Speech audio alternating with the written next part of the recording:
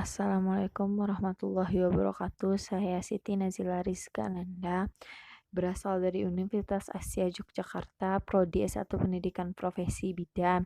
Yang pertama itu fisiologi menstruasi.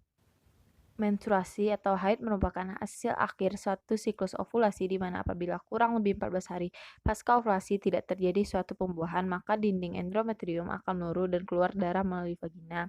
Jarak antara hari pertama haid dengan hari pertama haid dikatakan normal apabila tidak kurang dari 24 hari dan tidak lebih dari 35 hari. Anatominya, pertama ovarium merupakan gonad wanita, sepasang kelenjar berukuran dan berbentuk seperti kacang almond yang berfungsi menghasilkan gamet dan hormon-hormon.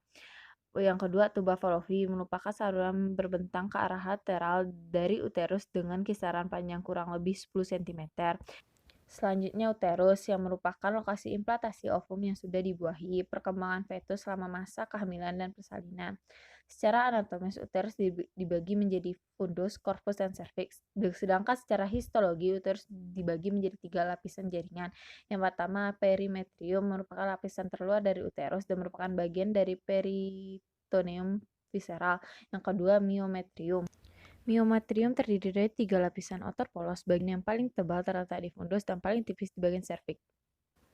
Selanjutnya endometrium merupakan lapisan paling dalam dari uterus di mana lapisan ini paling kaya akan vakuolarasi. Endometrium dibagi menjadi 2.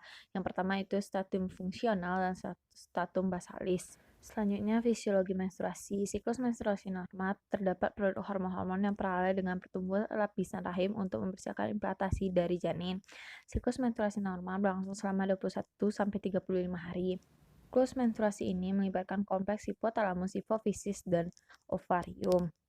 Hormon mempengaruhi fase-fase dalam siklus menstruasi. Yang pertama, estrogen, hormon diproduksi pada ovarium, ini sangat berperan di dalam tubuh, terutama pada ovulasi dalam siklus reproduksi wanita. Kedua, progesteron, hormon ini bekerja dengan estrogen guna menjaga siklus reproduksi dan menjaga kehamilan. Selanjutnya yaitu hormon GnRH diproduksi oleh otak. Hormon ini membantu memberikan rangsangan pada tubuh untuk menghasilkan hormon perangsang folikel dan hormon lutein. 4. Hormon LH sel telur dan proses ovulasi dihasilkan oleh ovarium berkat rangsangan dari hormon ini. Selanjutnya hormon FSH. Hormon ini berfungsi membantu sel telur di dalam ovarium matang dan siap untuk dilepaskan. Fase-fase pada siklus menstruasi. Ini gambaran yang akan terjadi pada saat siklus menstruasi. Pertama, fase proliferasi. Dalam tahap proliferasi ini, folikel mendapatkan pesan melalui hormon perangsang folikel untuk bersiap segera melepaskan sel telur. Setelah itu, hormon estrogen akan mulai diproduksi kembali. Biasanya fase ini berlangsung selama 8 hari dengan rentang 28 hari. Kedua, fase ovulasi. Pada fase ini, sel telur bergerak menuju sebuah saluran yang disebut dengan fallopian tube atau tuba fallopi. Selama fase ovulasi berlangsung, sel telur akan terus menempel pada saluran tersebut hingga ada sel sperma yang datang untuk membuahi. Fase ini biasanya terjadi dan berlangsung selama 2 hari dari 8 hari fase proliferasi atau folikuler. Selanjutnya fase sekresi. Dalam fase ini dinding rahim atau bisa juga disebut endometrium menjadi lebih tebal. Tujuannya untuk menjadikan sebagai cadangan darah serta jaringan guna bisa dimanfaatkan oleh sel telur yang sudah dibuahi sebagai sumber nutrisi. Pada umumnya fase sekresi berlangsung selama kurang lebih 14 hari. Yang keempat, fase menstruasi. Fase terakhir dalam siklus menstruasi adalah menstruasi itu sendiri.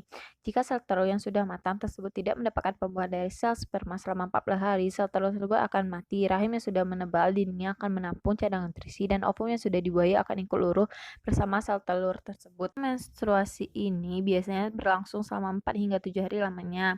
Jadi tidak dapat dipastikan berapa lama fase menstruasi ini akan terjadi.